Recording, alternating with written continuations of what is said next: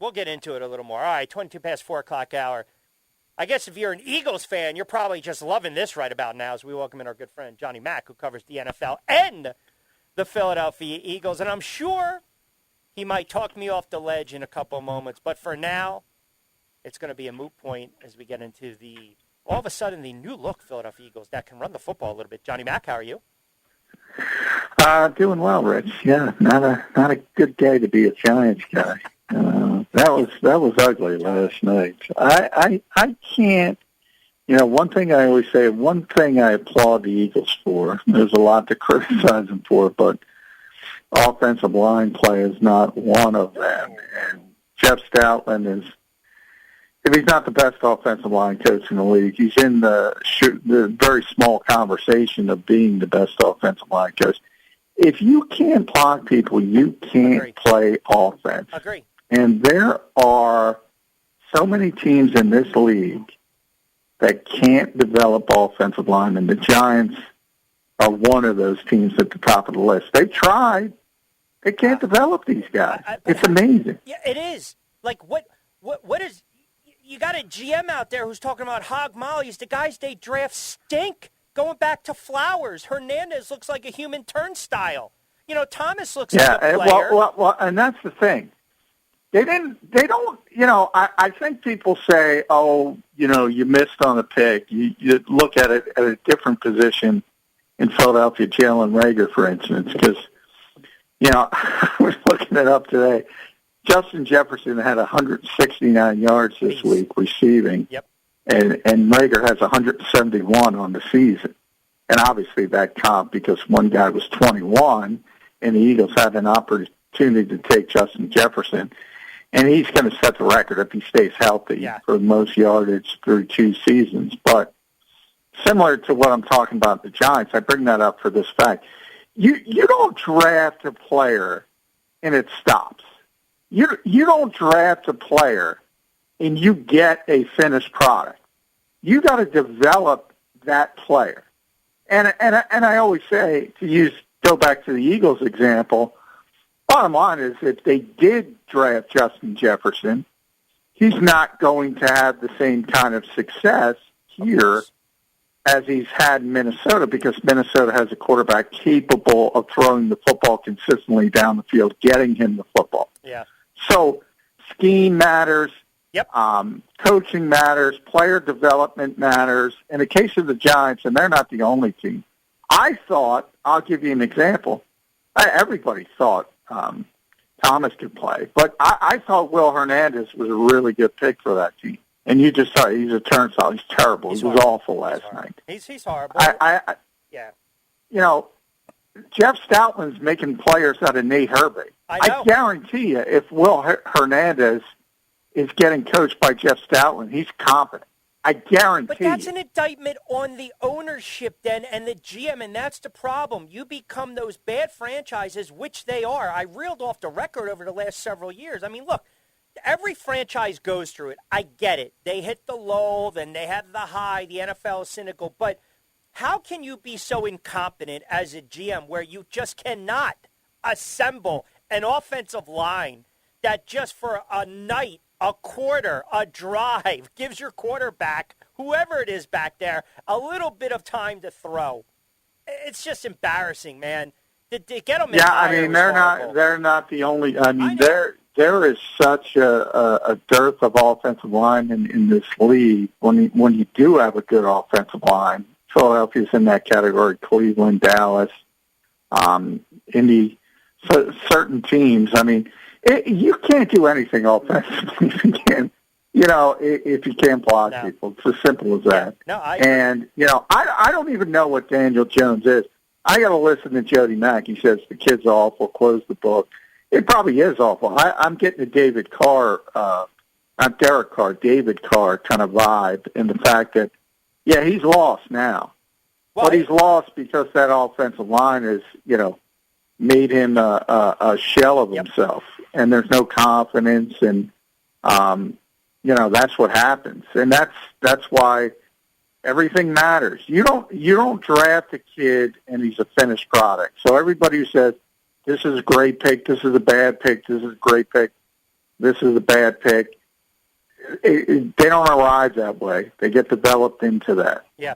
And now they fired Jason Garrett. Obviously, Kitchens, you can saw a little bit of his offensive style and play calling against the Raiders when they ran the football. So now, you got to see what you have with Jones going forward, but I don't think he's the answer. I mean, we can save that conversation for another day. Eagles, again, right, this is what happens in the NFL. People start to plant the seed, so to speak, or little whispers in your ear, and you go back to, you mentioned it, fundamental scheme, executing. Another game where they go over 200 yards, 242 in a win against the Saints, 40-29. You look at Hurts' numbers, and you might say, pedestrian. Look what the kid did with his legs.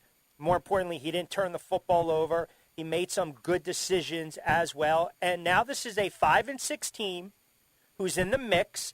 I mean, what are you? I know in the beginning of the year you were still, let's just let it play out with Jalen Hurts. And we know you win a couple games, you make some athletic plays, all of a sudden, hey, this kid can play. Where are you right now, 11 games in with Jalen Hurts? I think he's a legitimate starting quarterback in the NFL. I think he's proven that much. My question has been, okay, where is that ceiling? I don't want that guy who's 20 to 25. I mean, that's a legitimate starting quarterback, but I don't want that guy. I mean, sometimes you have to deal with it. Sometimes you have to use it as a bridge so you can find the ultimate answer. But there's no harm in looking for that ultimate answer, and maybe you don't find it because you can't. There's nobody in the draft. You evaluate to the point where you think he's going to be a franchise quarterback. Maybe you can't get anybody on the trade market. So a lot of it, it's interesting because, look, there are certain things you don't even question about Jalen Hurts. A lot of it is intangible, his leadership, his work ethic, and then the running game. Obviously, he's an impactful player, but you're still concerned, can he throw the football consistently? And this little run, this mini run, if you want to call it that, where the Eagles have been playing well, is directly tied to the running game. I mean, they're running for 200 yards in 3 of the past 4 games, and the other one was about 180. Yep. They're not throwing the football. Now, are they not throwing the football because they're just running over everybody, or are they trying to protect the quarterback? The Eagles know that. So the Eagles know that. And if they're trying to protect the quarterback, they probably realize, well, ultimately he's not going to be the answer. That doesn't mean he's not going to be here in 2022, but it means they're going to be looking for the long-term future as we continue to go forward. If they're only doing it because the offensive line is that good and they're having such success and it's a numbers game and Jalen Hurts is the biggest part of that running game because opposing defenses are freaked out by his ability to keep the football.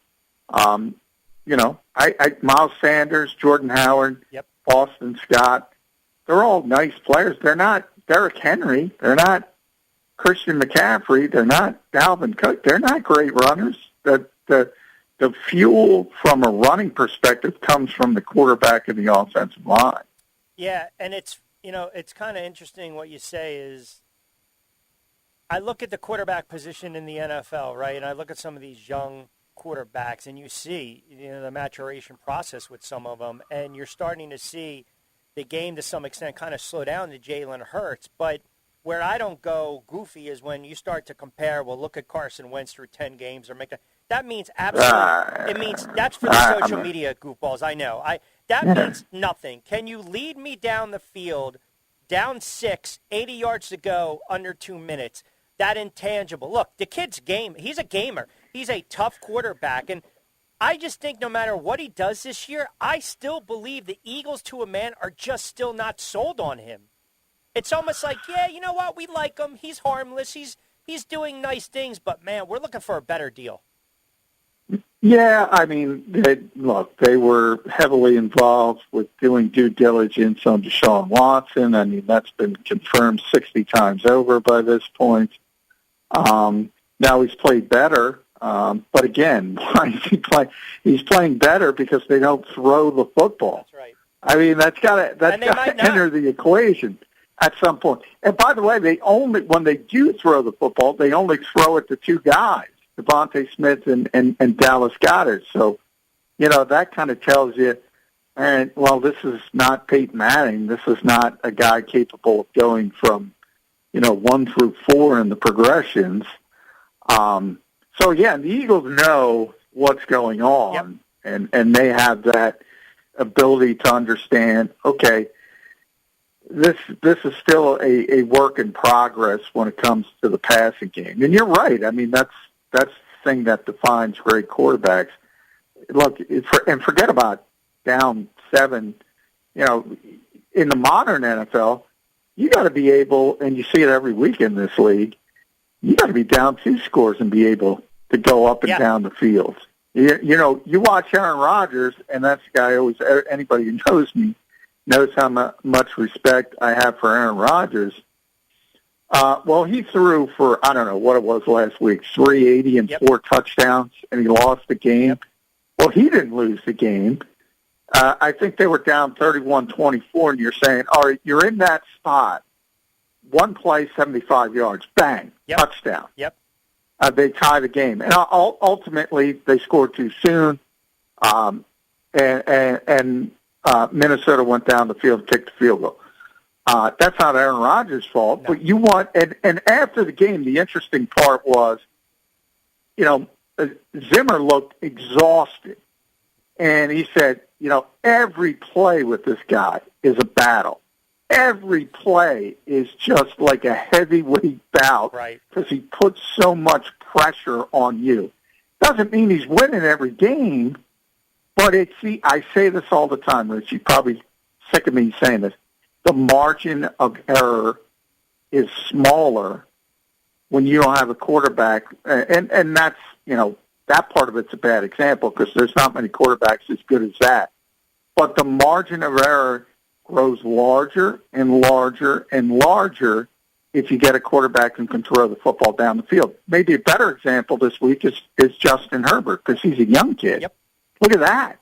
Yeah, Pittsburgh comes all the way back. Yeah.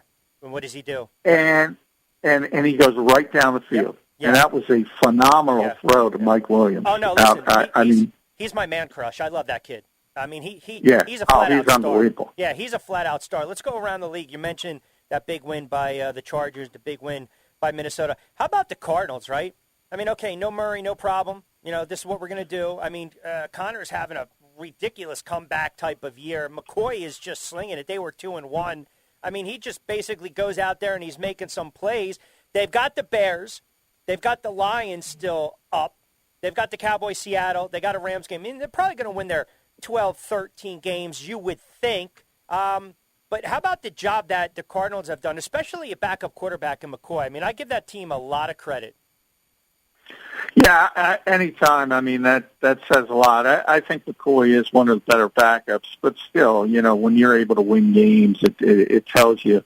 I do think, really, I think actually, as strange as it sounds, I feel more confident in Kansas City than any other team in the NFL because I think they have an easier road.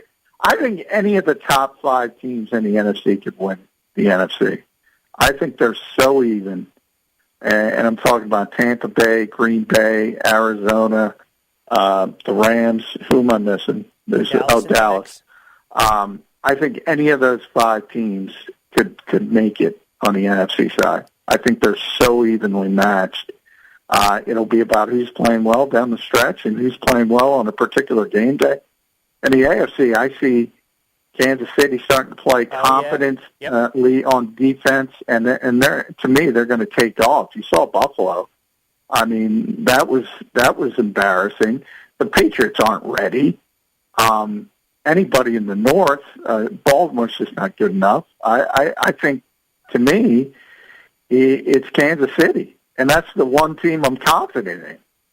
Yeah, and if you remember, it's so funny, my buddy just texted me about Kansas City. You'll recall what I said a couple weeks ago, and I said it on the air multiple times.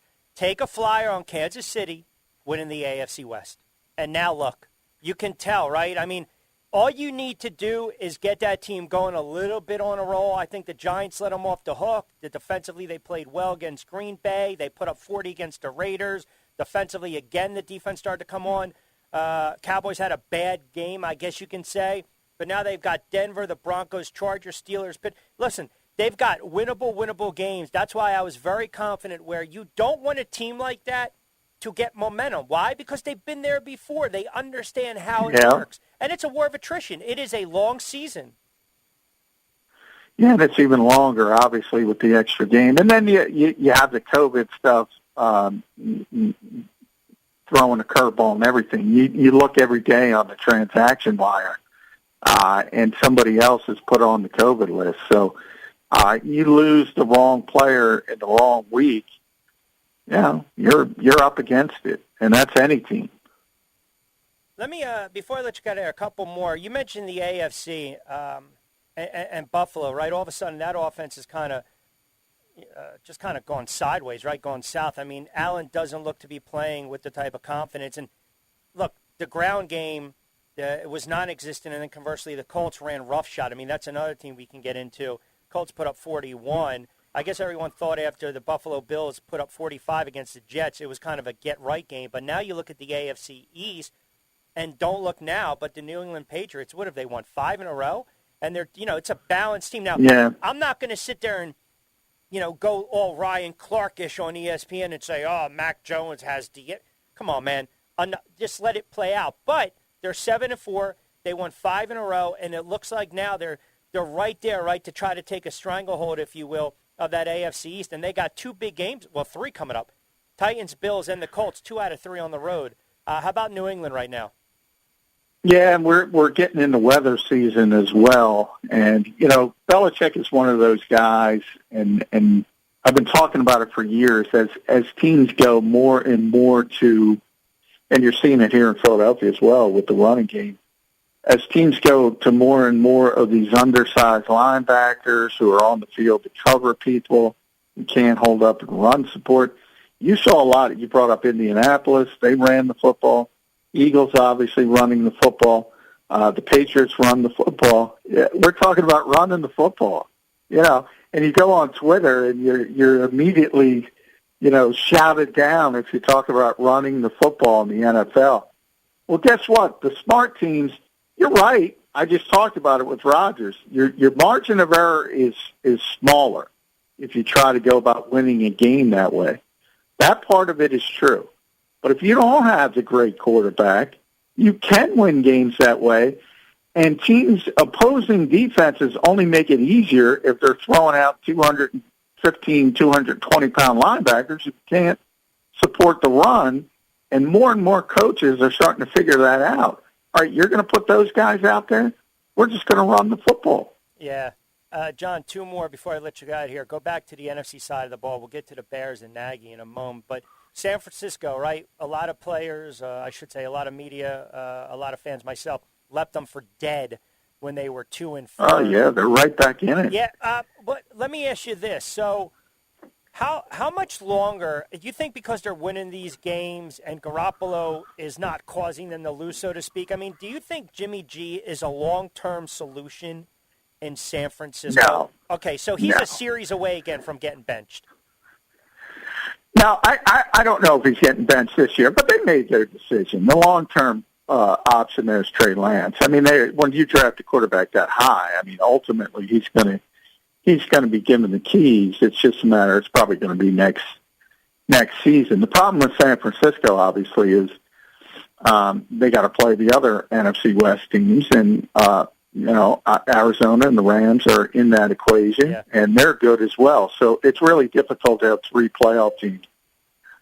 There's a big. They play the Vikings this week in San Francisco. Those teams are both 5-5, so that's a big one.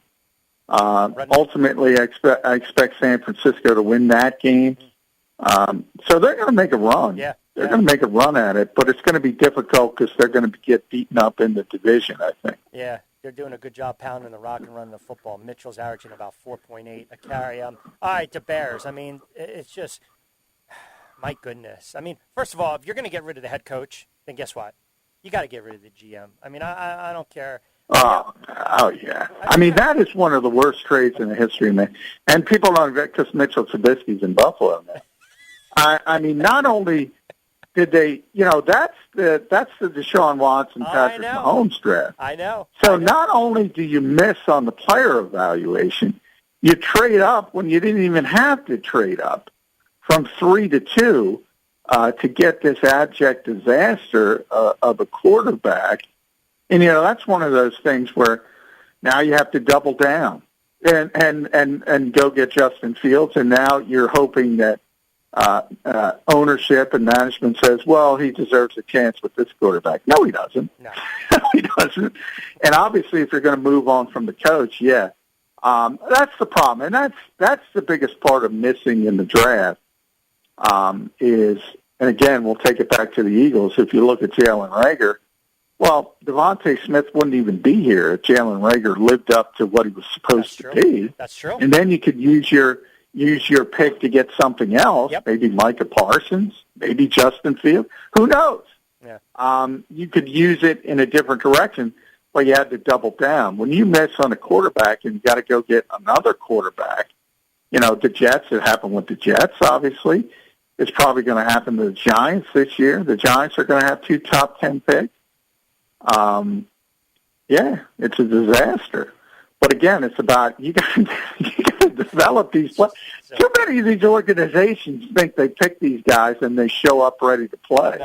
No, you got to get them ready to play. I agree 100%. Give John a follow on Twitter at JF McMullen, Eagles Insider, SI Now, Philly Voice, Jacob Media, Birds 365, and of course right here on AM 1490 Sports Betting Radio. Always football in the 20s on a Tuesday with Johnny Mack, and I'll leave you with this. Did he say, Jerry, what are you doing here? Or, Jerry, what are you doing here? That's on tomorrow, by the way. What are you doing here? Yeah, exactly. That's what they said to Jason Garrett today when he walked in. Jason, what are you doing here? I don't, you know what, just, I don't, you know what, Johnny Mack, I got to let you get out of here on that. Hey, have a wonderful Turkey Day, pal. We'll talk next week. For the Kitchens, baby. You'll love them. Goodbye. There you have it. I don't know about that. Johnny Mack, 4:45, quick timeout. I'm about to go really on another level with some of you guys tweeting in on the show.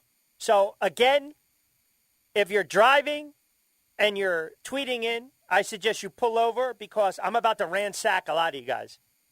These tweets that are flying at me, trying to defend what's going on with the Giants, I can't do it. I can't tolerate it. I can't have it today on a Tuesday. So we'll get into that on the other side. Automotive Map presents the Sports Flash, powered by the